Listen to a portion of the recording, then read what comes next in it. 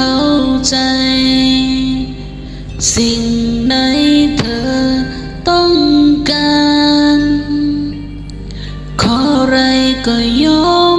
ให้เหมือนเคยทุกอย่างที่เธอเรียกหาแต่เมื่อวันนี้เธอทิ้งกันไปไม่เหลือเยื่อใยสิ่งที่พึงพอใจวันนี้ไม่มีค่าพอสิ่งที่มีความหมายมันเหลือเพียงความว่างเปล่า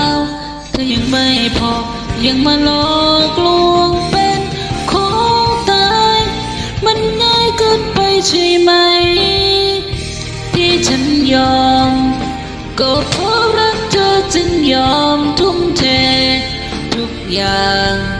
เธอได้ฉันมาง่ายไปไม่เสียดายเธอไม่เคยห่วงแค้น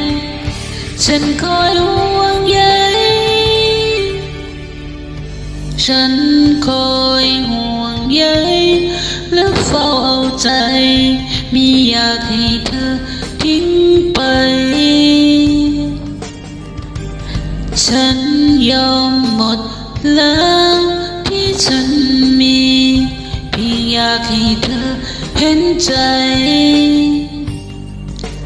แต่มาวันนี้เธอทิ้งกันไปไม่เหลือเยื่อใยสิ่งที่พึงพอใจวันนี้ไม่มีค่าพอสิ่งที่มีความหมายมันเหลือเพียงความว่างเปล่าเธอยังไม่พอยังมาหลอกลวงเป็นของตายมันง่ายเกินไปใช่ไหมที่ฉันยอมก็เพราะรักเธอจึงยอมทุ่มเททุกอย่างเธอได้ฉันมาง่ายไปไม่เสียดายเธอไม่เคยห่วงแหน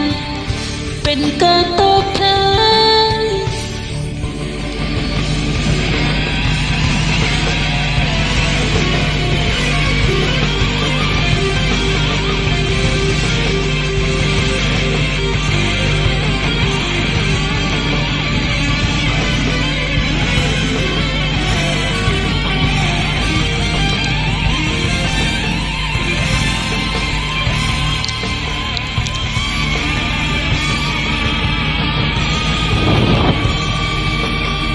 ยอม